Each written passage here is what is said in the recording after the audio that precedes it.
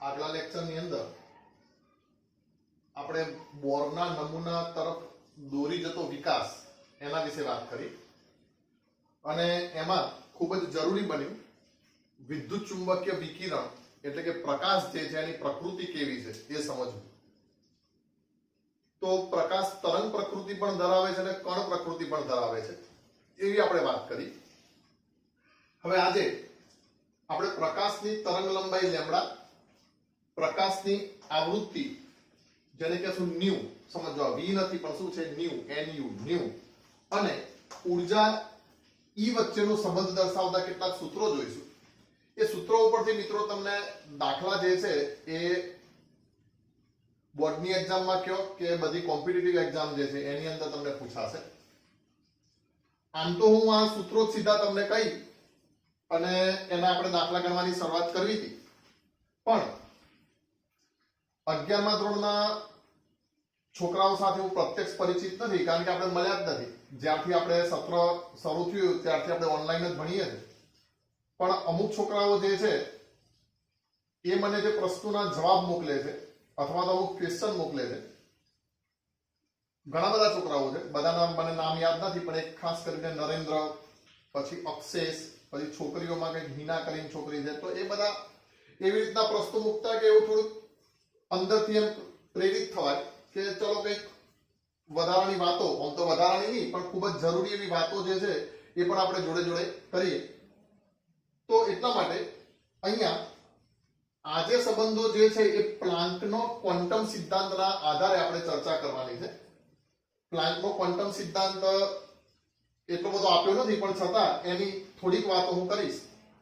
બધાને કદાચ સમજાયું ના હોય પણ આ સમજશો તો તમને બેઝિક અર્થ ખબર પડશે કે ખરેખર પ્રકાશની આ કણ પ્રકૃતિ શું છે અને તરંગ પ્રકૃતિ શું છે.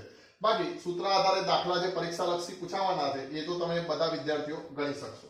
તો જો સમજો, ન્યૂટનનો જે સમય હતો, ન્યૂટને જે એનું જે આખું મિકેનિક્સ, ક્લાસિકલ ફિઝિક્સ અથવા તો ક્લાસિકલ મિકેનિક્સ આપ્યું, એ સમયથી છેક 18મી 19મી સદી સુધી, એ સમયથી 19મી 20મી સદી સુધી લગભગ 400 વર્ષનો ગાળો એવો રહ્યો કે કોઈ નવા કોઈ એવા વિશેષ સંશોધનો ના થયા. બધાને એમ થયું હતું કે હવે બસ ભૌતિક વિજ્ઞાનમાં કંઈ કરવાનું રહેતું નથી. પણ પછી તમને ખબર છે કે 10મા ધોરણમાં તમારે પેલા રિચાર્ડ ફીનમેને એવી વાત કરી કે there is plenty of room in the bottom, મતલબ તળિયે હજુ ઘણી બધી જગ્યા છે. મતલબ કે આપણે વિશાળ અર્થોમાં તો બધું સંશોધન કરી ચૂક્યા છીએ કે ગ્રહો ના કિસ્સામાં, મોટી મોટા પદાર્થોના કિસ્સામાં, પણ નાના પરમાણુઓના કિસ્સામાં આપણે હજી સુધી કંઈ જાણતા નથી. તો એવા સમયમાં પ્રકાશની કણ પ્રકૃતિ અને તરંગ પ્રકૃતિ બંને સામે આવ્યા. અથવા તો વિદ્યુત ચુંબકીય વિકિરણ. અહીંયા તમારે 3 શબ્દોનો કોમન અર્થ સમજવાનો, એક પ્રકાશ, બીજું વિદ્યુત ચુંબકીય વિકિરણ અને ત્રીજું ફોટોન. તો અમુક વૈજ્ઞાનિકો એમ કહેતા કે આ પ્રકાશ તરંગ જેવી પ્રકૃતિ ધરાવે છે કારણ કે તરંગની જેમ પ્રસરે છે, બરાબર. જ્યારે અમુક વૈજ્ઞાનિકો એમ કહેતા હતા કે અમુક અસર જે છે તરંગ પ્રકૃતિ સમજાવી શકાતી નથી. જેમ કે મેં કાલે અસરો આગલા લેક્ચરમાં લખી હતી કે કઈ કઈ અસરો જે છે, તો પ્રકાશની કણ પ્રકૃતિ સ્વીકારવી પડે એવું હતું. તો આ બધું અત્યાર સુધીની વૈજ્ઞાનિકોની ધારણા કરતા અથવા તો એમને કરેલા પ્રયોગો કરતા કે જે એમને સત્ય લાગતા તેવા પ્રયોગો કરતા પણ બિલકુલ વિરોધી પરિણામો હતા.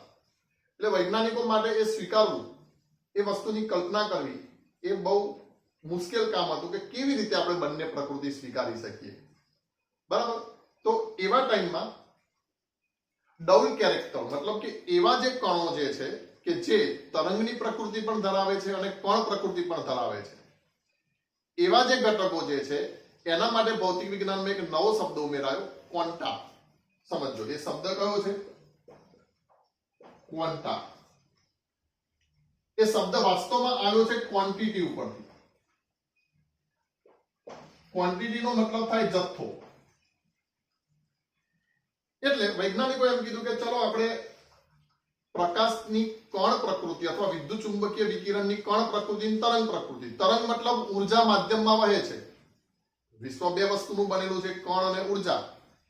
બરાબર, એવું તમે જાણો છો. તો ઉર્જા માધ્યમમાં વહે છે, પણ એ ઉર્જાના ચોક્કસ મૂલ્યનું આપણે પડીકું વાળી દઈએ.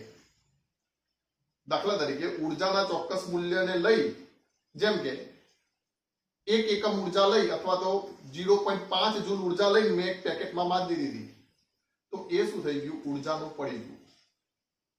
તો એવી રીતે વૈજ્ઞાનિકોએ પ્રકાશ અથવા તો વિદ્યુત ચુંબકીય વિકિરણ અથવા તો ઉર્જાના પેકેટની કલ્પના કરી કે જેનું કેરેક્ટર બંને રીતે હોઈ શકે, તરંગ સ્વરૂપે પણ હોઈ શકે અને બીજા નંબરમાં કણ સ્વરૂપે પણ હોઈ શકે. તો એ ઉર્જાનો પેકેટ, ક્વોન્ટિટી એટલે જથ્થો, એટલે એ ઉર્જાના જથ્થાનું એક પેકેટ કર્યું, તો ક્વોન્ટા શબ્દ અસ્તિત્વમાં આવ્યો અને ક્વોન્ટા ઉપરથી શબ્દ આવ્યો ક્વોન્ટમ. બરાબર, એને આધુનિક વિજ્ઞાનનો પાયો નાખ્યો અને પછી ક્વોન્ટમ ફિઝિક્સ, ક્વોન્ટમ મિકેનિક્સ એ બધું શરૂ થયું, જે તમે બહુ આગળ ભણશો.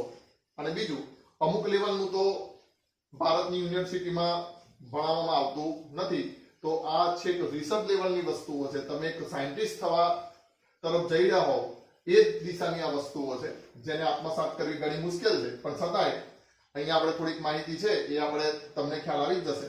તો જો ક્વોન્ટમ શું કહેશું, તો પદાર્થ દ્વારા વિકિરણની ઉર્જાનું ઉત્સર્જન અને શોષણ સતત રીતે નહીં પરંતુ અસતત રીતે થાય છે. સમજો, પદાર્થ દ્વારા વિકિરણની ઉર્જાનું ઉત્સર્જન અને શોષણ સતત રીતે નહીં પરંતુ અસતત રીતે થાય છે. ઉર્જાના નાના પેકેટ જેવી રચનામાં થાય છે. અસતત રીતે કેવું? તો કે ઉર્જાના નાના પેકેટ જેવી રચનામાં થાય છે. આ પેકેટને ક્વોન્ટમ કહે છે. દાખલા તરીકે સમજો, તમારે એક મોટા વાસણમાંથી પાણી પીવું છે. પાણી પીવા માટે તમારે જોડે બે ઓપ્શન છે. એક તો તમને સ્ટ્રો આપેલી છે, બરાબર, અને બીજું એક તમને સ્ટ્રો આપેલી છે અને એક બીજી આટલી નાની વાટકી આપેલી છે.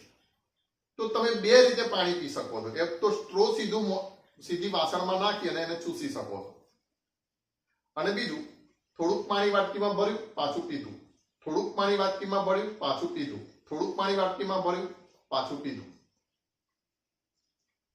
તો સમજો, એક છે તમારી જોડે સ્ટ્રો અને બીજી છે વાટકી. એ વાટકી જે છે એ મિત્રો 50 ml ની છે અને વાટકી આખી જ ભરવાની છે. તો હવે ધ્યાન રાખો, તમે સ્ટ્રોથી પાણી પીવો છો તો ચૂસો છો, તો પાણી સતત રીતે તમારા શરીરમાં જાય છે. મતલબ તમે સતત રીતે પાણીનું શું કરો છો? શોષણ કરો છો. પણ તમે વાટકીથી પાણી પીવો છો તો તમે સતત રીતે શોષણ નથી કરતા. એ શોષણ કેવું કર્યું કહેવાય? અસતત રીતે કર્યું કહેવાય. જેમ કે પહેલા 50 મિલી પીધું, પાછું ફરીથી 50 મિલી પીધું, પાછું ફરીથી 50 મિલી પીધું, તો અસતત રીતે થયું. તો આવી રીતે સમજો, જ્યારે પ્રકાશ ગતિ કરતો હોય, મતલબ આ પ્રકાશનું પુંજ છે, કિરણ પુંજ, બરાબર, ત્યારે આ પ્રકાશ કેવી રીતે ગતિ કરે છે? સતત રીતે ગતિ કરે છે. અને સતત રીતે ગતિ કરે છે ત્યારે એની કેવી પ્રકૃતિ છે? તરંગ પ્રકૃતિ છે. પણ આ પ્રકાશ જે છે એ કોઈક દ્રવ્ય ઉપર આપાત થાય છે. હવે અહીંયા કને હું મૂકી દઉં છું કોઈક દ્રવ્ય. પ્રકાશ કોઈ દ્રવ્ય ઉપર આપાત થાય છે ત્યારે એ કણ સ્વરૂપ થઈ જાય છે, ઉર્જાના પેકેટ સ્વરૂપ થઈ જાય છે. કેમ? કારણ કે દ્રવ્ય શું કરે છે? અસતત રીતે ઉર્જાના પેકેટ જેવી રચનામાં પ્રકાશનું કાં તો શોષણ કરશે કાં તો ઉત્સર્જન કરશે. હવે સમજો, આ પ્રકાશનો પટ્ટો છે, ચલો આ કિરણપુંજ આખું કે જે મેં આપાત કર્યું. આ કિરણપુંજમાં કેટલા રંગ છે? જાની, વાલી, પીનારા. તો હવે ચોક્કસ રંગ જે છે, જેમ કે આ જાંબલી, પીળો, વાદળી, ચોક્કસ રંગ ચોક્કસ રંગનું આ પદાર્થ શું કરશે? શોષણ કરશે. મતલબ આખા કિરણપુંજની જે ઉર્જા હતી એ ઉર્જામાંથી આ પદાર્થે શું કર્યું? 50 ml ની વાટકી ભરીને પોતે પી લીધી. તો હવે જે કિરણો પરાવર્તન પામશે, બરાબર, માની લો કે આ કિરણ પરાવર્તન પામ્યું, આ પહેલા આપાત કિરણ હતું, જાની વાલી પીનારા વાળું, પણ શોષણ કોનું થઈ ગયું? તો નીલો, વાદળી, પીળો. તો બાકી હવે કોણ રહેશે? નારંગી રંગ રહેશે, લીલો રહેશે. તો હવે જે આનો વર્ણપટ જે છે, ખ્યાલ આવે છે? માની લો કે આ પ્રકાશનું આખું કિરણપુંજ છે, પણ ચોક્કસ તરંગ લંબાઈનું શું થઈ ગયું? એ પદાર્થની અંદર શોષણ થઈ ગયું. તો અહીંયા જે વર્ણપટ છે, આ જે પટ્ટો દેખાયો રંગોનો, એ કેવો છે? સતત છે. સતત સ્વરૂપે પ્રકાશ આમ ગતિ કરતો હતો, પણ દ્રવ્યને અથડાયો એટલે દ્રવ્ય શું કર્યું? આ 50-50 ml ની વાટકી પાણીની પી લીધી. મતલબ આ તરંગ લંબાઈનું શોષણ કરી નાખ્યું, આ તરંગ લંબાઈનું શોષણ કરી નાખ્યું. ખ્યાલ આવે છે? તો અહીંયા જગ્યા પડી ગઈ. તો સતતની જગ્યાએ હવે શું થઈ ગઈ? રેખા થઈ ગઈ. તો આ શું થઈ ગયું? રેખીય વર્ણપટ. તો જ્યારે આ જ પ્રકાશને દ્રવ્યે શોષ્યું અને પાછું એને ઉત્સર્જન કર્યું, ત્યારે અમુક તો એને શોષી લીધું પ્રકાશ, પણ જે ઉત્સર્જન થયું ત્યારે અહીંયાથી સતત વર્ણપટમાંથી રંગ દૂર થઈ ગયો અને બાકી આપણને એનો કેવો વર્ણપટ મળ્યો? રેખીય વર્ણપટ મળ્યો. મતલબ આ ઉર્જાનું પડીકું, સ્ટ્રોથી પાણી પીતા હતા ત્યારે કેવું હતું? આમ સતત હતું. અને પછી 50-50 ml ની ડબલીથી પાણી પીવાનું શરૂ કર્યું ત્યારે આ ઉર્જાના શું મળ્યા? પડીકા મળ્યા. એ ઉર્જાના પડીકાને, એ ઉર્જાના પેકેટને શું કહેવામાં આવે? ક્વોન્ટમ કહેવામાં આવે. ખબર પડી? પ્રકાશના કિસ્સામાં ઉર્જાના પેકેટને ફોટોન કહે છે. મતલબ પ્રકાશ જે નાના કણોનો બનેલો છે એને આપણે શું કહેશું? ફોટોન. બરાબર? તો એવા કણો કે જે કણ પ્રકૃતિ પણ ધરાવે છે અને તરંગ પ્રકૃતિ પણ ધરાવે છે, એના માટે વૈજ્ઞાનિકોએ ઉર્જાના પેકેટની કલ્પના કરી કે આ ઉર્જાનું પેકેટ છે. એ ઉર્જાનું પેકેટ એને જ શું કહેવાયું? પછી ક્વોન્ટમ કહેવાયું. અને પ્રકાશના કિસ્સામાં જે નાના નાના કણો, જે ઉર્જાના પેકેટ જે છે, એને શું કહેવાય છે? ફોટોન કહેવાય છે. પ્રકાશ જ્યારે પ્રસરે છે ત્યારે તરંગ પ્રકૃતિ ધરાવે છે, પણ તે દ્રવ્ય સાથે અથડાય છે ત્યારે કણ પ્રકૃતિ ધરાવે છે. ખબર પડી? અહીંથી પ્રસર્યો તો તરંગ પ્રકૃતિ, પણ દ્રવ્ય સાથે આંતરક્રિયા કરીને દ્રવ્ય ઉત્સર્જન કરી નાખ્યું એનું, એમાંથી અમુક રંગો દ્રવ્ય શોષી લીધા. રંગોથી મારો મતલબ છે અમુક તરંગ લંબાઈનું શોષણ થઈ ગયું, અમુક આવૃત્તિનું શોષણ થઈ ગયું. તો બાકીની આવૃત્તિ કે તરંગ લંબાઈ જે મળી એ કેવી મળી? રેખીય મળી. એ સમયે દ્રવ્ય પ્રકાશની ઉર્જાના પેકેટનું શોષણ કે ઉત્સર્જન કરે છે. તેથી પ્રકાશની ઉર્જાનું મૂલ્ય ક્વોન્ટાઇઝ થાય છે. ચોપડી શબ્દ છે ક્વોન્ટીકૃત. બરાબર? પણ અહીંયા આપણે ઇંગ્લિશ શબ્દ જ રાખીશું. ક્વોન્ટમનું ગુજરાતી ખબર નથી તો ભાઈ કૃત હું કરવા કરું. બરાબર? એટલે શું કહેશું? ક્વોન્ટાઇઝ થાય છે. આ કારણથી પ્રકાશનો વર્ણપટ સતત હોય છે, પરંતુ પરમાણ્વીય વર્ણપટ કેવો? અસતત અથવા તો રેખીય હોય છે. સમજો ક્વોન્ટાઇઝ. હવે આ શબ્દ સમજો. ક્વોન્ટાઇઝ એનો મતલબ થાય અમુક મૂલ્ય માટે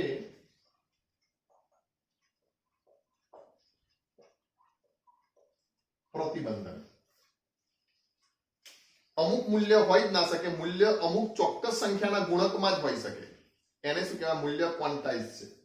ફરીથી તમે સ્ટ્રોથી પાણી પીવો છો, સમજો. તમે જ્યારે વાટકીથી પાણી પીવો છો ત્યાં તમે અસતત રીતે ઉર્જાના પેકેટમાં પાણી પીધું, સ્ટ્રોથી પાણી પીધું તો તમે સતત પાણી પીધું. હવે સમજો, સ્ટ્રોથી તમે પાણી પીવો છો તો સ્ટ્રોથી તમે 10 ml પાણી પણ પી શકવાના, સ્ટ્રોથી 20 ml પણ પી શકવાના, 100 ml પણ પી શકવાના, 150 ml પણ પી શકવાના, 50 ml પણ પી શકવાના અને 70 ml પણ પી શકવાના. ચલો, કારણ કે સ્ટ્રો નું તો આપણે ઈચ્છા થાય એટલું પાણી પીધું, પણ તમે મને કહેશો જો વાટકી 50 ml ની જ ભરી શકાતી હોય તો તમે વાટકીથી કેટલા ml પાણી ના પી શકો? તો 10 ml ક્યારે ના પી શકાય? કેમ? કારણ કે જે વાટકી લેશો એ તો 50 ml ની છે જ. 20 ml ક્યારે ના પી શકાય? 70 ml ક્યારે ના પી શકાય? કેમ? કારણ કે એક વાટકી 50 થી તો બે કેટલી? 70 ની. તો શું થયું? 70, 10 અને 20 ના મૂલ્યો માટે પ્રતિબંધન છે. કોઈ દુકાનમાં ખબર છે તમે એમ કહો કે પડીકા મૂકેલા હોય બધી વસ્તુના અને એમ કહો કે મને 500 ગ્રામ વસ્તુ જોઈએ છે તો 500 ગ્રામ નું પેકેટ આપી દે, પણ તમે કહો કે 124 ગ્રામ જોઈએ છે તો તરત જ પેલો દુકાનવાળો શું કહે છે? ના ભાઈ, 124 ગ્રામ ના પેકેટો ના આવે. ખબર પડી? મતલબ એ મૂલ્ય માટે પ્રતિબંધ છે.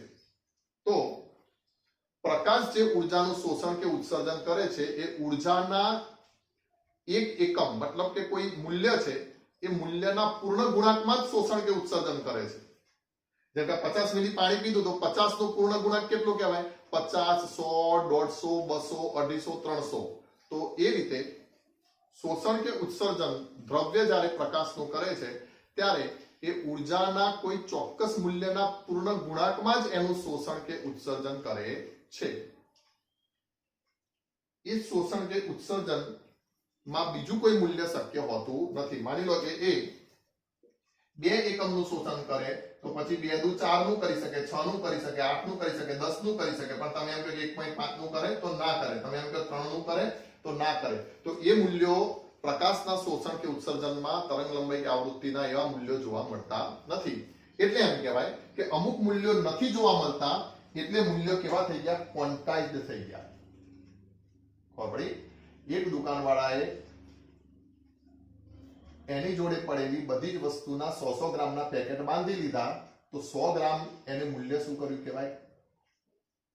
100 ગ્રામનું પડીકું કર્યું કહેવાય. એટલે 100 સિવાયની બાકીની સંખ્યા માટે એને મૂલ્ય શું કર્યું કહેવાય? ક્વોન્ટાઇઝ્ડ કર્યું કહેવાય. તમે પછી એની જોડે એમ કે 50 ગ્રામનું પેકેટ આપો તો ના મળે, કાં તો 100 નું મળે કાં તો 200. તમે કહો કે 130 ગ્રામનું તો ના, તો 130 માટે મૂલ્ય કેવું કહેવાય? ક્વોન્ટાઇઝ્ડ કહેવાય. બરાબર? તો ક્વોન્ટાઇઝ્ડ નો મતલબ છે અમુક ચોક્કસ મૂલ્ય માટે પ્રતિબંધક. આ કારણથી પ્રકાશનું વર્ણપટ સતત હોય છે પરંતુ પરમાણુ વર્ણપટ કેવો? અસતત અથવા તો રેખીય હોય છે. આ પ્લાન્કના ક્વોન્ટમ સિદ્ધાંતની બેઝિક વાતો મેં તમને અહીંયા કરી દીધી.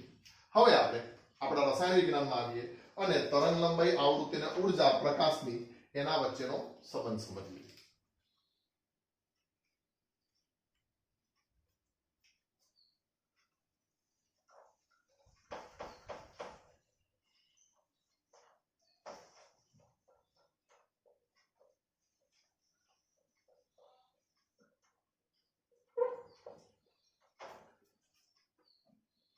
જો પહેલા તો આપણે તરંગ લંબાઈ શું છે, આવૃત્તિ શું છે, ઉર્જા શું છે એ તમે આગલા ધોરણોમાં ભણી ગયા છો, પણ છતાંય આપણે એનું થોડું પુનરાવર્તન કરી લઈએ.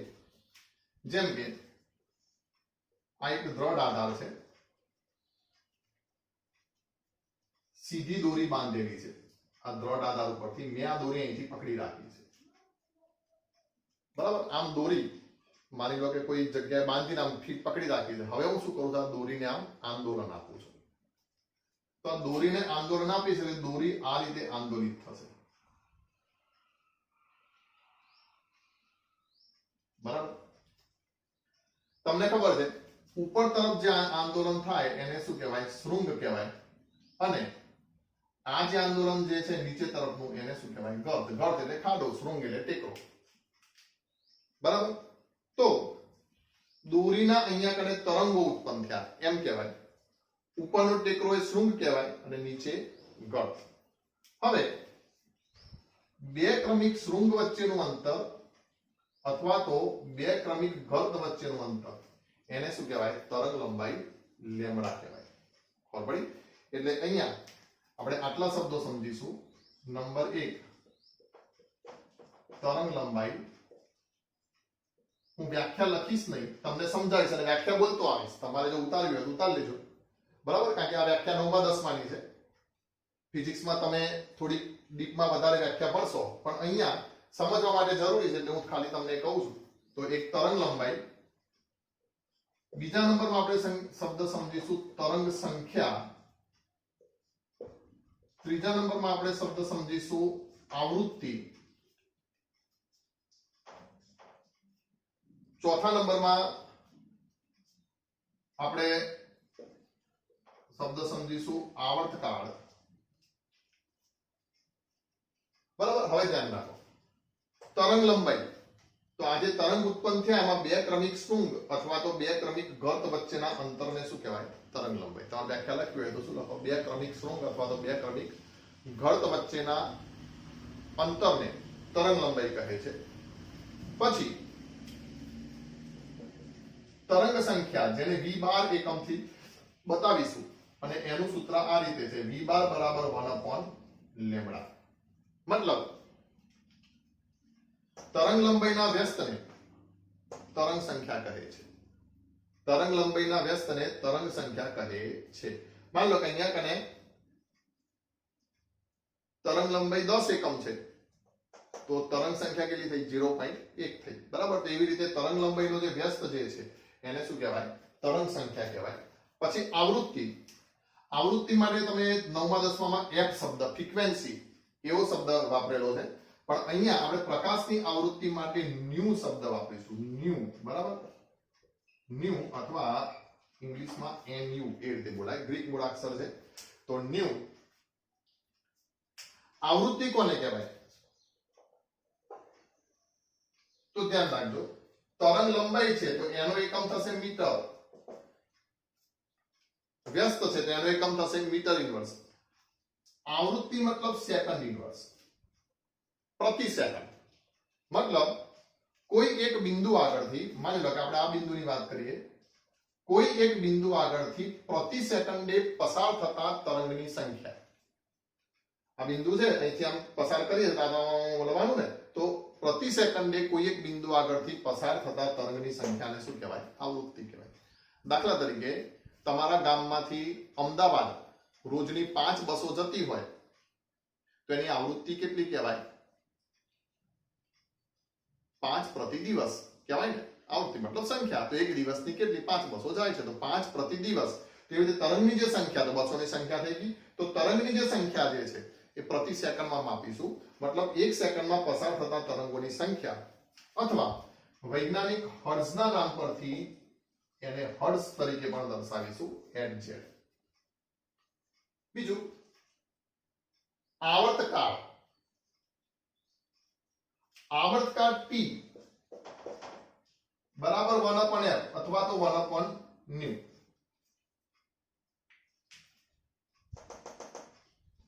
तरंग पसार थवा माटे लागतो समय आवર્તકાળ बराबर। तरंगनो एक आवર્ત જ્યારે પૂરો થાય ત્યારે લાગતા સમયને શું કહેવાય એનો આવર્તકાળ કહેવાય। પછી પાંચમો કંપ વિસ્તાર એમ્પ્લિટ્યુડ જેને કહેવાય એ। કંપ વિસ્તાર मतलब આજે દોરીનો તરંગ જે છે ઉપર નીચો કેટલો થાય છે તો આજે સૌથી ઉપરનું બિંદુ છે એનાથી આ દોરીનું જે મૂળભૂત બિંદુ હતું કેટલું અંતર એને શું કહેશું એમ્પ્લિટ્યુડ અથવા તો શું કહેશું કંપ વિસ્તાર કહેશું। ખબર પડી જેમ કે આ દોરી આટલે થાય છે તો જે એન્ડ નો ભાગ જે એન્ડ નો છેડો આવ્યો કંપ વિસ્તાર मतलब કેટલા વિસ્તાર સુધી કંપન થાય છે એ તો આ કંપ વિસ્તાર। હવે આ શબ્દો ઉપરથી આપણે કેટલાક સૂત્રો અહીંયા કને હવે જોઈશું।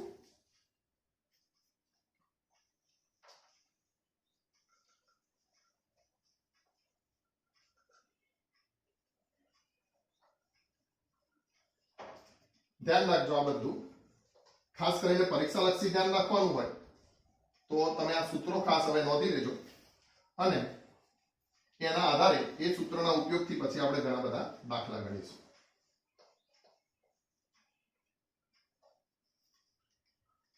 तो जो तरंग लंबाई लेमड़ा आवृत्ति न्यू અને ऊर्जा E વચ્ચેનો સંબંધ તો પહેલું આપણે કહી દેશું આ સૂત્ર યાદ રાખીશું E બરાબર h न्यू मतलब ऊर्जा જે છે એ આવૃત્તિના કેવા પ્રમાણમાં હોય સમપ્રમાણમાં। પહેલી વાત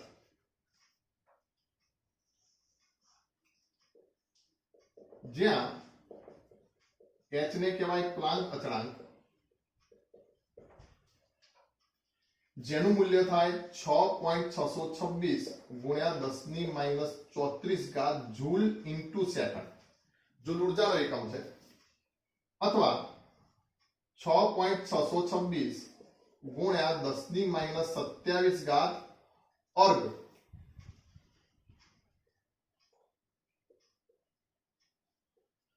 प्रति सेकंड। હવે ધ્યાન રાખજો 1 जूल बराबर 10⁻7 अर्ग થાય તો સ્વાભાવિક છે 1 जूल बराबर 10⁻7 अर्ग થાય તો -34 + 7 કરો તો 34 × 7 = 27 થયા એટલે अर्ग નાનો એકમ છે जूल કેવો એકમ છે મોટો એકમ છે. આ પ્લાન્ક અચળાંક છે. અચળાંક કાઢી નાખો, એ સપ્રમાણતા માટે મૂક્યો છે. તો ઈ ચલે છે ન્યુ થાય, મતલબ ઉર્જા અને આવૃત્તિ કેવા થાય? એકબીજાના સમપ્રમાણમાં. ચલો જવાબ આપજો મને. હો,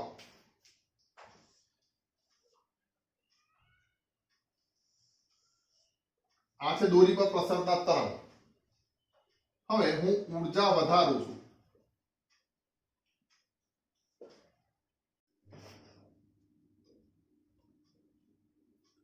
આ રીતે તરંગ પ્રસરી રહ્યા છે. હવે તરંગની ઉર્જા વધારું છું, મતલબ માની લો કે આ દોરી હોય એ આંદોલિત થાય છે, તો આવી રીતે તરંગ જાય છે. તો હું હવે એને વધારે જોરથી આંદોલિત કરીશ. તો તમારે મને જવાબ આપવાનો. કન્ડિશન નંબર 1 અને આ કન્ડિશન નંબર 2, જોરથી આંદોલિત કરતા દોરીને તરંગ આ રીતે બની શકે કે આ રીતે બને? ચલો પહોળાઈ વધારી દઉં, તમને દેખાય એટલી પહોળાઈ વધારું. જેમ કે આટલું પહોળું છે. શું થાય? ઉર્જા વધારીએ, દોરીને વધારે જોરથી આંદોલિત કરીએ તો એ જેવું બને કે બી જેવું બને? મતલબ મોટા મોટા તરંગો ઉત્પન્ન થાય કે નાના નાના તરંગો ઉત્પન્ન થાય? બરાબર. તો તમે બિલકુલ પ્રાયોગિક રીતે સામાન્ય તમારી અવલોકન આવું હોય કે શું થશે? એ જેવું થશે. એનો મતલબ એમ કે ઉર્જા વધારીશું તો સંખ્યા વધી જશે. ખબર પડી? એકમ લંબાઈમાં તરંગની શું વધી જશે? સંખ્યા વધી જશે. તો તરંગની સંખ્યા વધી ગઈ તો ઉર્જા વધી તો સંખ્યા વધી એટલે શું થશે? ઈ ચલે છે ન્યુ. પછી બીજો જુઓ.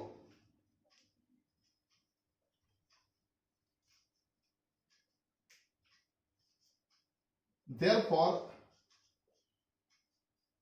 Ne બરાબર NH ન્યુ. આવું કહેવાય? ચલો નંબર 2 આ રીતે મૂકું છું. Ne બરાબર NH ન્યુ. જ્યાં n શું બતાડે છે? તો એવોગેડ્રો નંબર.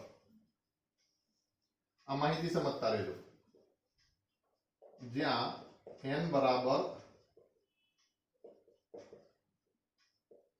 Avogadro number. એ તો કેટલો તમને ખબર છે? 6.022 × 10⁻23. બરાબર. અહીં n બરાબર શું થશે? 1 મોલ ફોટોનમાં સમાયેલી ઉર્જા બરાબર 1 આઇન્સ્ટાઈન. ધ્યાન રાખજો, 1 મોલ ફોટોનમાં સમાયેલી ઉર્જાને શું કહેવાય? 1 આઇન્સ્ટાઈન કહેવાય. આઇન્સ્ટાઈન શું છે? ઉર્જાનો એકમ છે. અલબત્ત આઇન્સ્ટાઈનના માનમાં આ એકમ છે, એટલે કે 1 મોલ ફોટોનમાં સમાયેલી ઉર્જાને શું કહેવાય? 1 આઇન્સ્ટાઈન. therefore 1 આઇન્સ્ટાઈન બરાબર શું થશે? જૂલ પ્રતિ મોલ. ઉર્જાનો એકમ કયો છે? જૂલ. અને એમ કહે છે કે 1 મોલ ફોટોનમાં સમાયેલી ઉર્જા, તો જૂલ પ્રતિ મોલ એટલે કેટલા મોલમાં ઉર્જા સમાયેલી છે. બરાબર. પણ એને આપણે નોર્મલી કોના વડે દર્શાવીશું? 1 આઇન્સ્ટાઈન વડે દર્શાવીશું.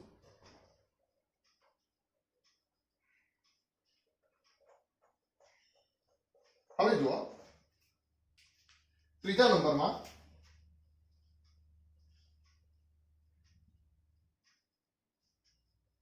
ન્યુ બરાબર સી છેદમાં લેમ્બડા. ત્રીજું સૂત્ર આ વધશે. મતલબ ઉર્જા એ આવૃત્તિના સમપ્રમાણમાં. ઉર્જાને મોલ વડે ગુણો તો આપણે NH મોલ વડે ગુણાઈ ગયા એટલે 1 મોલ ફોટોનમાં સમાયેલી ઉર્જા એટલે 1 આઇન્સ્ટાઈન થઈ ગયું. આમ તો આપણે એને જૂલ પ્રતિ મોલ એવું દર્શાવવા કરતા ખાલી એવું જ કહેશું કે 1 મોલ ફોટોનમાં સમાયેલી ઉર્જા. બીજું ન્યુ બરાબર સી ના છેદમાં લેમ્બડા. તો સી શું છે? તો અહીંયા લખી દઉં. જ્યાં અહીંયા લખું, ચલો, જ્યાં સી બરાબર શું છે? પ્રકાશનો વેગ. પ્રકાશનો વેગ તમને ખ્યાલ છે સામાન્ય રીતે શેમાં? શૂન્યાવકાશમાં. માધ્યમમાં પ્રકાશના વેગમાં માઇનોર ફરક પડે પણ કઈ વાંધો નહીં આવે, ગમે તેમાં વેગ પૂછે આપણે શું કહેશું 3 ગુણ્યા 10 ની 8 ઘાત મીટર પ્રતિ સેકન્ડ. ખબર છે પ્રકાશ 3 લાખ કિલોમીટર અંતર કાપે એટલે એનો વેગ કેટલો થશે 3 ગુણ્યા 10 ની 8 ઘાત મીટર પ્રતિ સેકન્ડ. તો હવે જો આવૃત્તિ અને તરંગ લંબાઈ બંને કેવા થઈ ગયા એકબીજાના વ્યસ્ત પ્રમાણમાં. દાખલા તરીકે હું અહીંયા કને આવા નાના નાના ઝુમખા દોરું, આ શૃંગ અને ગર્ત આ રીતે દોરું નાના નાના, તો સ્વાભાવિક છે તરંગ લંબાઈ શું થઈ ગઈ નાની થઈ ગઈ. પણ જેવી તરંગ લંબાઈ નાની થઈ ગઈ એવી આટલા અંતરમાં સંખ્યા કેવી થઈ ગઈ વધારે થઈ ગઈ. બરાબર. એટલે જો આવૃત્તિ વધુ હોય તરંગ લંબાઈ વધુ હોય તો આવૃત્તિ કેવી હશે ઓછી, અને આવૃત્તિ વધુ હોય તો તરંગ લંબાઈ કેવી હશે ઓછી હશે. તો આવૃત્તિ અને તરંગ લંબાઈ કેવું છે એકબીજાના વ્યસ્ત પ્રમાણમાં છે. તો આપણે અહીંયા કને આ 3 સૂત્રો ખાસ યાદ રાખીશું. પહેલા E અને ન્યુ મતલબ આવૃત્તિ અને ઉર્જા વચ્ચેનો સંબંધ, તો E બરાબર h ન્યુ, પછી n વડે બંને બાજુ ગુણ દીધા એટલે 1 મોલ ફોટોનમાં સમાયેલી ઉર્જા. પછી ન્યુ અને લેમ્ડા, તો ન્યુ અને લેમ્ડા એટલે તરંગ લંબાઈ અને આવૃત્તિ વચ્ચેનો સંબંધ કેવો એકબીજાના વ્યસ્ત પ્રમાણમાં. પછી ચોથું સૂત્ર આપણે યાદ રાખીશું તરંગ સંખ્યા v બાર બરાબર 1 લેમ્ડા. ધ્યાન રાખજો આ ન્યુ છે ને આ શું છે v છે. તો તરંગ સંખ્યા v બાર બરાબર 1 લેમ્ડા. બરાબર. તો આ 4 સૂત્રો જે છે એ આપણે ખાસ ધ્યાનમાં રાખવાના છે. કંપ વિસ્તાર તો મેં તમને કહી દીધું કે આ જે ટોટલ અહીંયા કને જે આટલું ટોટલ જે લંબાઈ થશે એ શું થશે કંપ વિસ્તાર થશે. મતલબ કેટલા એરિયા સુધી કંપન થાય છે. આ તરંગ આટલા એરિયા સુધી મેક્સિમમ કંપન કરે છે તેને કંપ વિસ્તાર એ કહેવાશે. અને આવર્તકાળ સમજો, એક આવર્ત પૂરો થવા માટે લાગતો સમય, કાળનો મતલબ શું સમય, તો એક આવર્ત પૂરો થતા લાગતો સમય એને શું કહી દઈશું આવર્તકાળ. તો આખા વિડીયોનો હાર દાખલો છે 4 સૂત્રોનો દીલો, અને 4 સૂત્રોમાં કોણ કોના કેવા પ્રમાણમાં ચલે છે સમપ્રમાણ વ્યસ્ત પ્રમાણમાં એ યાદ રાખી લો. પછી આપણે આના આધારે થોડા દાખલા ગણીએ.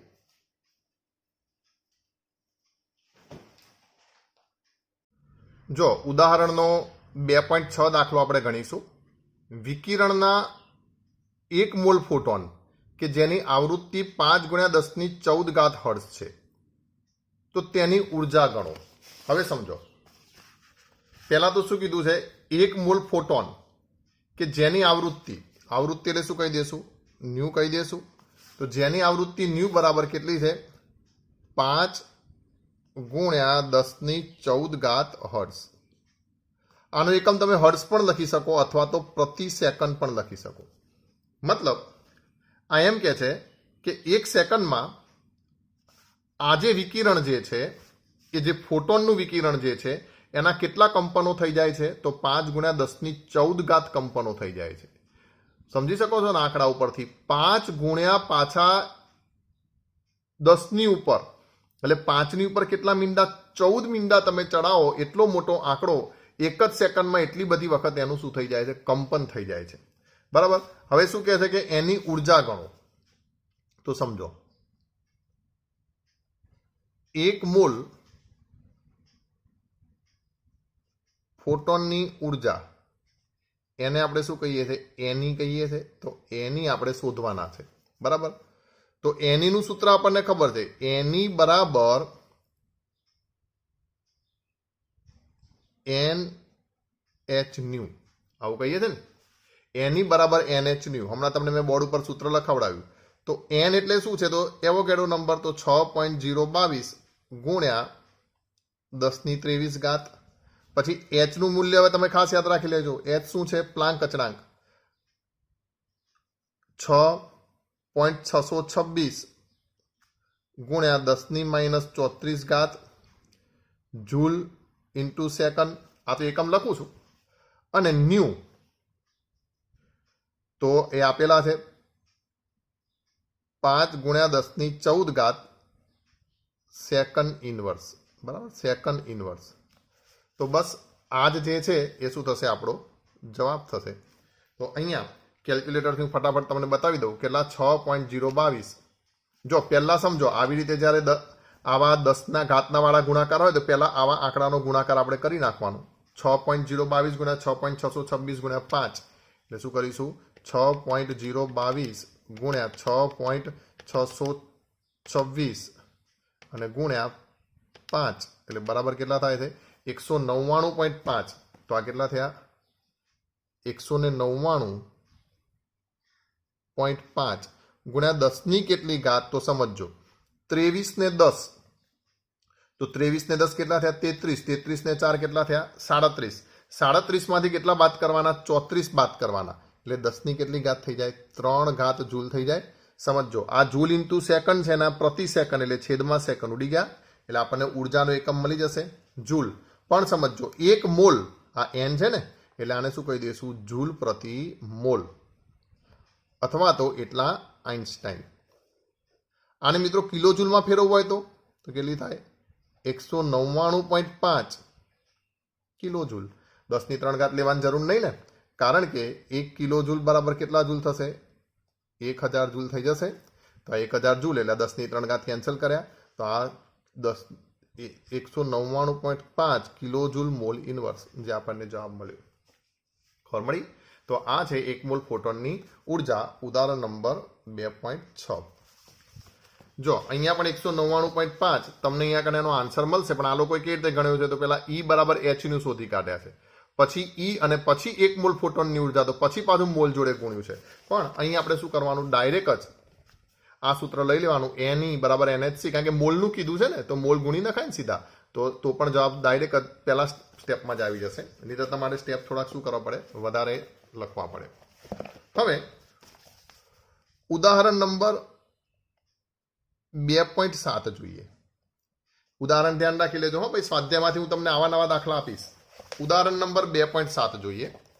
શું કહે છે ઉદાહરણ નંબર 2.7 100 વોટનો એક ગોળો 400 નેનોમીટર તરંગ લંબાઈના એક વર્ણી પ્રકાશનું ઉત્સર્જન કરે છે ધ્યાન રાખજો વોલ્ટ નહીં પર શું કહે છે વોટ તો 100 વોટનો એક ગોળો 400 નેનોમીટર તરંગ લંબાઈના એક વર્ણી પ્રકાશનું ઉત્સર્જન કરે છે ગોળા વડે પ્રતિ સેકન્ડ ઉત્સર્જિત થતા ફોટોનની સંખ્યા ગણો આપણે શું કરવાની છે ફોટોનની સંખ્યા શોધવાની છે હવે સમજો વોટ પહેલા તો તમને મિત્રો એ ખબર હોવી જોઈએ કે વોટ એટલે શું એટલે વોટ એટલે તો શું જ થાય ઇંગ્લિશમાં આપણે વોટ કહીએ તો એનો મતલબ તો શું જ થાય વોટ એટલે શું થાય વોટ એટલે તો શું જ હોય ને પણ આપણે કયો જે ઉર્જાનો પાવરનો એકમ છે બરાબર તમે 10મા ધોરણમાં વિદ્યુતવાળા પાઠમાં ભણ્યા હશો પાવર P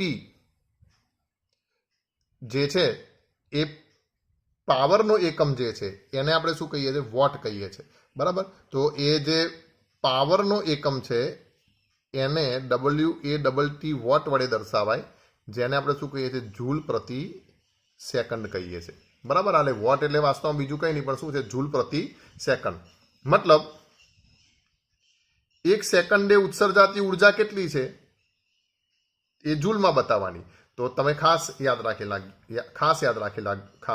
રાખજો કે વોટ છે આ તો તમને નોંધ માટે બતાડું છું તમને ખાલી આ તો નોંધ કરાવડાવું છું કે નોંધ વોટ પાવરનો એકમ છે સારું પાવર શું છે ખબર છે ને અને પાવર P બરાબર શું છે એકમ સમયમાં થતું કાર્ય એકમ સમયમાં થતા કાર્યને શું કહેવાય પાવર કહેવાય બરાબર એટલે 1 વોટ આ ખાસ યાદ રાખજો 1 વોટ બરાબર શું થશે 1 જૂલ પ્રતિ સેકન્ડ સમજો તમારે દાખલો ગણવામાં આ સમજાવવાની જરૂર નથી આ તો તમને હું સમજાવું છું કે 1 વોટ બરાબર શું થશે જૂલ પ્રતિ સેકન્ડ હવે શું કહે છે 100 વોટનો ગોળો તો અહીંયા P બરાબર કેટલા આપેલા છે 100 વોટ આપેલા છે 100 વોટ બરાબર કેટલા થઈ ગયા 100 જૂલ પ્રતિ સેકન્ડ આપેલા છે તો શું કહે છે હવે રકમ ફરતી પાછું એક વખત વંચાઈ લાવી દઉં એટલે તમને રકમ દેખાય 100 વોટનો એક ગોળો 400 નેનોમીટર તરંગ લંબાઈના એક વર્ણી પ્રકાશનું ઉત્સર્જન કરે છે એટલે તરંગ લંબાઈ કેટલી છે તો તરંગ લંબાઈ લેમ્બડા બરાબર કેટલી છે 400 નેનોમીટર તો 400 નેનોમીટર તરંગ લંબાઈના પ્રકાશનું ઉત્સર્જન કરે છે તો ઉત્સર્જિત થયેલા ફોટોનની સંખ્યા આપણે શું શોધવાનું છે? 1 સેકન્ડમાં ઉત્સર્જિત થયેલા ફોટોનની સંખ્યા. જ્યારે મિત્રો સંખ્યા શોધવાનું કે ત્યારે 2 એકમનો ગુણોત્તર લઈ લેવાનો. ફરીથી હું બોલું સાંભળો. જ્યારે પણ કોઈ પણ ફિઝિક્સનો દાખલો હોય, કેમેસ્ટ્રીનો, સંખ્યા શોધવાનું કે એટલે 2 એકમનો શું લઈ લેવાનો? ભાગાકાર લઈ લેવાનો. જેમ કે ટોટલ ઉર્જા કેટલી છે? 100 જૂલ પ્રતિ સેકન્ડ. હવે હું એક ફોટોનની ઉર્જા લઈ લઉં તો પણ મને જૂલમાં મળવાની. તો જૂલ ભાગ્યા જૂલ કરીશ તો મને શું મળી જશે? એક ફોટોનમાં ઉત્સર્જાતી મને જે ફોટોનની જે સંખ્યા જે છે 1 સેકન્ડમાં ઉત્સર્જાતી એ મળી જશે. તો જો લેમ્બડા આપ્યું છે તો હવે હું શું કરીશ? હવે E બરાબર hc અપોન લેમ્બડા. ખબર છે ના? તો ઉર્જા અને તરંગ લંબાઈ વચ્ચેનો સંબંધ E બરાબર hc અપોન લેમ્બડા કેવી રીતે આવ્યો તો સમજો. પહેલા મેં શું કીધું? E બરાબર h ન્યુ એવું તમને લખાવડાવ્યું હતું. પછી ન્યુ બરાબર શું હતું? c છેદમાં લેમ્બડા હતું. તો ધેરફોર E બરાબર શું થઈ જશે? આ ન્યુની કિંમત મૂકી દઈએ c છેદમાં લેમ્બડા તો E બરાબર શું થઈ જશે? hc અપાન લેમ્બડા. તો ત્રીજો એક સંબંધ જે છે એ તમે ખાસ યાદ રાખી લેજો. જે બોર્ડમાં આમ જોઈએ તો મારે લખવું જોઈએ પણ હું લખતા ભૂલી ગયો હતો. કયો? E બરાબર hc અપોન લેમ્બડા. તો બરાબર હવે સમજો h એટલે કેટલા છે? 6.626 ગુણ્યા 10 માઇનસ 34 ઘાત. 34 કે 36? 34 ઘાત. બરાબર. પછી c શું છે? તો પ્રકાશનો વેગ છે કેટલો? 3 ગુણ્યા 10 ઘાત. લેમ્બડા શું છે? તો તરંગ લંબાઈ છે અને તરંગ લંબાઈ કેટલી આપેલી છે? 400 નેનોમીટર. પણ બધા SI એકમમાં લીધા ને આપણે. તો 400 ગુણ્યા કેટલા કરી નાખવા પડશે? 400 ગુણ્યા 10 - 9 મીટર. આવું થાય. તો જુઓ તરંગ લંબાઈ જે છે એ કેટલી થશે? 400 ગુણ્યા 10 - 9 મીટર. સમજો આ m મીટરમાં છે, આ શેમાં છે? જૂલ ઇન્ટુ સેકન્ડમાં છે અને આ શેમાં છે? મીટર પ્રતિ સેકન્ડમાં છે. એકમો પરીક્ષાઓમાં તમે ના લખો તો વાંધો નથી પણ આ તો અહીંયા બતાડું છું કે એકમથી એકમ ઉડે તો કેવી રીતે આવે. તો 6.626 ગુણ્યા 3 ભાગ્યા 400 કરી નાખું એટલે 6.626 ગુણ્યા 3 ભાગ્યા 6.626 ગુણ્યા 3 ભાગ્યા 400 એટલે બરાબર કેટલા થશે? 0.04969. સમજો 4969. તો અહીંયા કને આ 49 જે છે અને આ 69 એટલે 497 એટલું લઈ લઉં છું. ચલો બરાબર 0.0497 કારણ કે નવડું હતું ને પાછળ અને ગુણ્યા 10 કેટલી ઘાત આવી? એ ઉર્જા છે. તો 10 કેટલી ઘાત આવી? તો જોજો અહીંયા -34 આ 9 અને 8 -9 ઉપર જશે એટલે +9 થશે. 9 ને 8 કેટલા? 17 અને 17 દુ 34 તો 34 માંથી +17 બાદ કરીએ એટલે કેટલા થઈ જશે? -17. અને સમજો -17 જે ઉર્જા મળશે એ મને શેની અંદર મળશે? જૂલની અંદર મળશે. બરાબર. કેમ કે જુઓ આ મીટર તો મીટર મીટર કેન્સલ થઈ જવાનું અને આ જૂલ ઇન્ટુ સેકન્ડ ને આ સેકન્ડ તો આ સેકન્ડ કેન્સલ થઈ જવાનું. તો બાકી શું બચશે? એકલો જૂલ બચશે ને. તો આ આવ્યો જૂલ. તો આ મળ્યો જે એક ફોટોનની ઉર્જા છે. ધેરફોર 1 સેકન્ડમાં ઉત્સર્જિત ફોટોનની સંખ્યા બરાબર. તો કુલ જે ઉર્જા હતી કુલ જે ઉર્જા હતી કેટલી હતી? 100 વોટ હતી અને આ એકની ઉર્જા થઈ ગઈ તો બરાબર કેટલા કરી નાખશું? 100 જૂલ પ્રતિ સેકન્ડ અને અહીંયા આ કેટલા જૂલ થયા? તો 0.0497 ગુણ્યા 10 - 17 ઘાત જૂલ. આવું થયું બરાબર. તો જૂલ જૂલ કેન્સલ થઈ ગયા. હવે 100 ભાગ્યા 0.0497 કેટલા કરું? 100 ભાગ્યા 0.0497 તો બરાબર કેટલા મળ્યા મને 20 બાર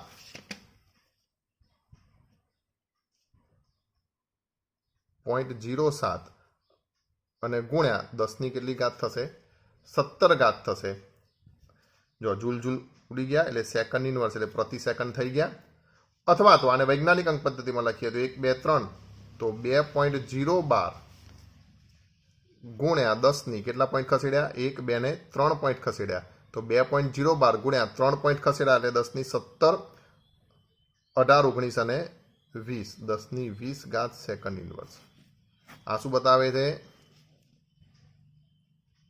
1 સેકન્ડમાં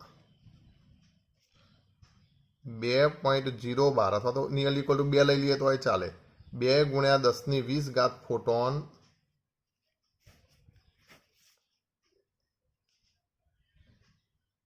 ઉત્સર્જિત થતા હશે મતલબ તમારા ઘરે જો 100 વોલ્ટનો ગોળો હોય તો 1 સેકન્ડમાં કેટલા ફોટોન ઉત્સર્જિત કરતો હોય 2.0 ગુણ્યા 10 ની 20 ઘાત જેટલા ફોટોન એ ઉત્સર્જિત કરતો હોય બરાબર તો આવી રીતે બે દાખલા આપણે ગણ્યા અને ખાસ ફરીથી તમને યાદ કરી દઉં ત્રણ આટલા સૂત્રો તમે ખાસ યાદ રાખજો નંબર 1 E બરાબર h ન્યુ પછી નંબર 2 Ne બરાબર nh ન્યુ પછી નંબર 3 ન્યુ બરાબર c છેદમાં લેમ્બડા હવે ધ્યાન રાખજો E બરાબર h ન્યુ છે ને ન્યુ બરાબર c છેદમાં લેમ્બડા છે તો E બરાબર શું થશે તો c ની આ ન્યુ ની જગ્યાએ શું લખી શકું હું c છેદમાં લેમ્બડા લખી શકું ને તો ન્યુ ખબર પડી આને આમાં મૂકીએ છે એટલે શું થઈ જશે hc છેદમાં લેમ્બડા તો આના બરાબર જ પાછું શું થઈ જાય hc છેદમાં લેમ્બડા થઈ જશે અને આના બરાબર જ શું થઈ જશે nhc છેદમાં લેમ્બડા બરાબર આ ચાર સૂત્રો E બરાબર h ન્યુ એની બરાબર nh ન્યુ ન્યુ બરાબર c છેદમાં લેમ્બડા અને E બરાબર hc છેદમાં લેમ્બડા આ 1 2 3 અને 4 સૂત્રો તમારે ખાસ યાદ રાખવાના આની અંદરથી તમને ઘણા બધા દાખલા આવશે હવે હું તમને સ્વાધ્યાયમાંથી અમુક દાખલા કહું એ તમે ગણજો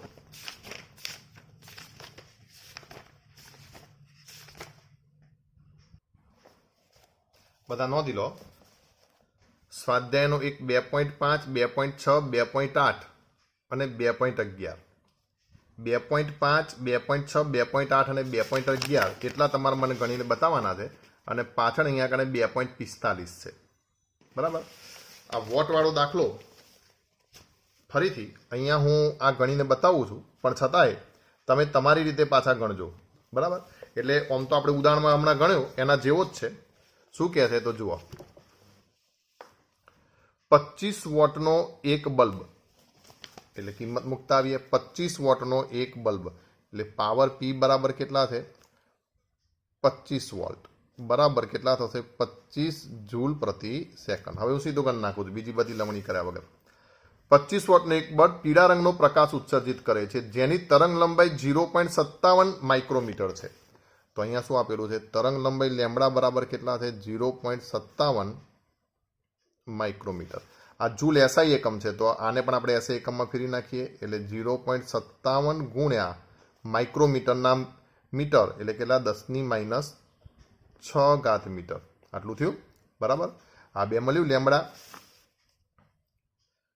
તો પ્રતિ સેકન્ડે ઉત્સર્જિત થતા ક્વોન્ટમનો દર ગણો તો પ્રતિ સેકન્ડે ઉત્સર્જિત થતા ક્વોન્ટમનો દર મતલબ આપણે ઉર્જા શોધી નાખશું અને પછી 25 વોટ જોડે એને ભાગી નાખશું તો શું કહી દઈશું હવે E બરાબર પેલું સૂત્ર યાદ રાખ્યું ને E બરાબર hc છેદમાં લેમ્બડા તો બરાબર hc છેદમાં લેમ્બડા તે E કેટલા હતા 6.626 ગુણ્યા 10⁻34 ઘાત જૂલ ઇન્ટુ સેકન્ડ C શું છે તો 3 ગુણ્યા 10⁸ ઘાત મીટર પ્રતિ સેકન્ડ સમજો જૂલ ઇન્ટુ સેકન્ડના મીટર પ્રતિ સેકન્ડ છેદમાં આપણને લેમડા કેટલા છે મળ્યા છે તો 0.57 બધા એકમ સરખા કરી દેવાના હો આ એસઆઈ એકમમાં છે તો બધું એસઆઈ એકમમાં જ ફેરવી દેવાનું ગુણ્યા 10⁻⁻⁶ મીટર આવું થયું હવે બરાબર 6.626 ગુણ્યા 3 ભાગ્યા 0.57 કરું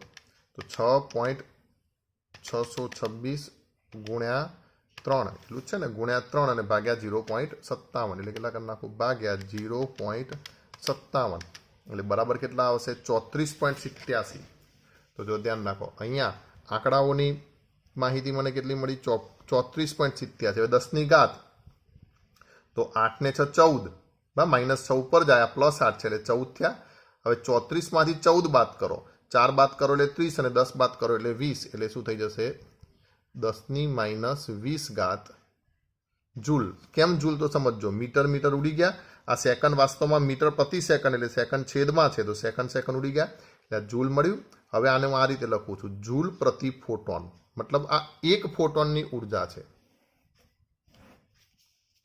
માટે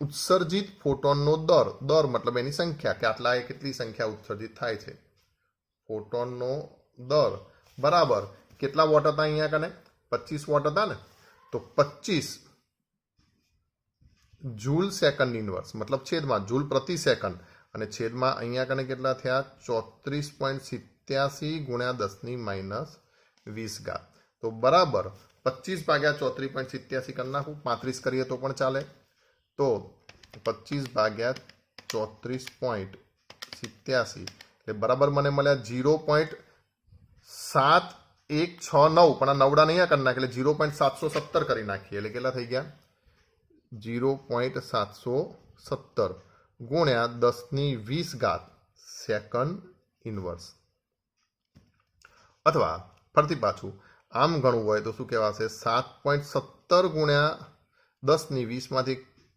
ઓછું થશે એટલે 19 સેકન્ડ ઇનવર્સ પ્રતિ સેકન્ડ મતલબ પ્રતિ સેકન્ડે આટલા પ્રોટોન ઉત્સર્જિત થતા હશે